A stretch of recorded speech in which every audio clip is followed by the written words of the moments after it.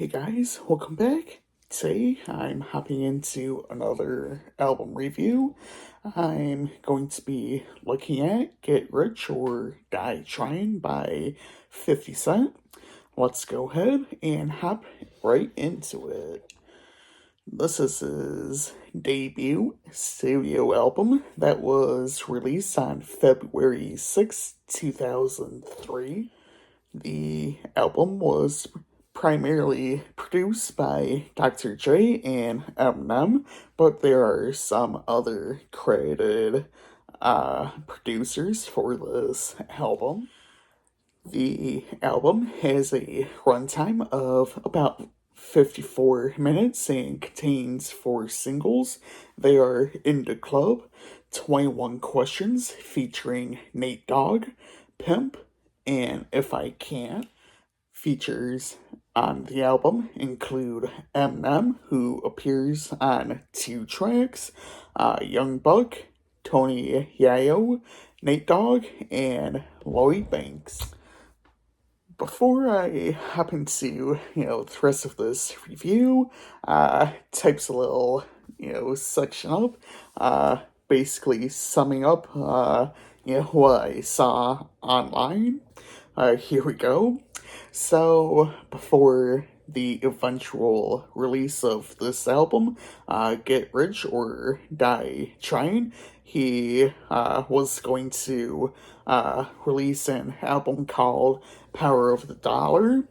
Before the release of Power of the Dollar, he was shot 9 times in Queens, New York on May 24th, 2000. He survived, but was chopped from Columbia Records, who eventually canceled the release of this album. 50 Cent then moved to Westbury, Long Island, so he could try and get away from the guy who shot him, and essentially began recording some mixtapes in this time period. In 2002, Eminem picked up and listened to a copy of Guess Who's Back. After being impressed, he invited 50 to Los Angeles, where he also met Dr. Dre and was signed to a $1 million record deal with the both of them. Both Eminem and Dr. Dre helped with the production and, essentially helping with getting Get Rich or Die Tryin' out. Now, let's go ahead and hop right into the tracks. We start off with Intro, which is 6 seconds in length, and essentially, just coins trapping, and leads us into the next track, What Up Gangsta. The next track we come up into is What Up Gangsta. I feel it is a decent track, decent instrumental, decent vocals, decent raps, all that good stuff. Alright, now hopping into Many Men Wish Death. Feel it's another decent track. I did enjoy the instrumental on here. And essentially, throughout this album, we get lyrics that people can relate to. This track, lyrically, I feel that 50 feels that there's people out there he fears that may be after him, just like some of us feel there may be someone out there after us after we may have done something. Now, In the Club, essentially one of the biggest highlights of the album, and one of his more well-known songs off this album. I still feel it's a pretty great song. 20 years later, interesting use of the strings on this track. Not really something you really hear in a whole lot of rap anyways, but great use for that. Great, instrumental, great bass, great drums, great lyrics still. Essentially just partying and having a great time. Doesn't matter, what's going on, as long as you're essentially having a fun time. Now, moving into Heat, I'm going to try to briefly hit on this track.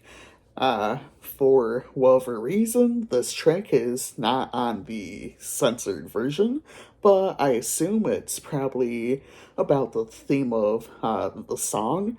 I feel it's not too bad of a track, and lyrically, from what I get from listening to the track a couple of times and hearing the lyrics, I feel it's possibly about a drive-by shooting.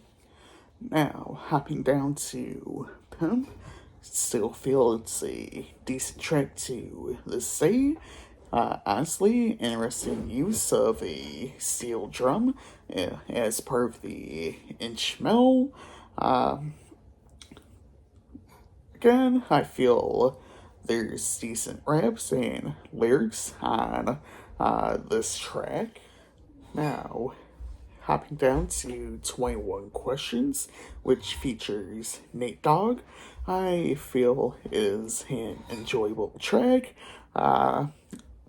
Surprisingly, Dr. Dre, he didn't want this track to be on the album, but 50 Cent really wanted the track to be on here, as Dr. Dre thought that he wanted to try to make this album more, more of a gangster perspective more than anything else, whereas 50 Cent felt where he's two separate people and wants to show some emotion.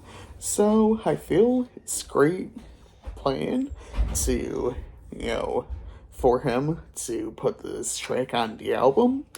And nice little heartfelt track, as it's essentially what would happen if something were to happen, and if you were to fall off and go back to some other things, would that person still love them or even want to be with them? I feel I Got Make It 7 is a decent closing track. I feel it has decent instrumental, and I feel it's decent lyrically. About no matter what you go through, you gotta try to do all that you can to get to heaven in the afterlife. My favorite tracks on the album include In the Club, Pimp, and 21 Questions featuring Nate Dogg.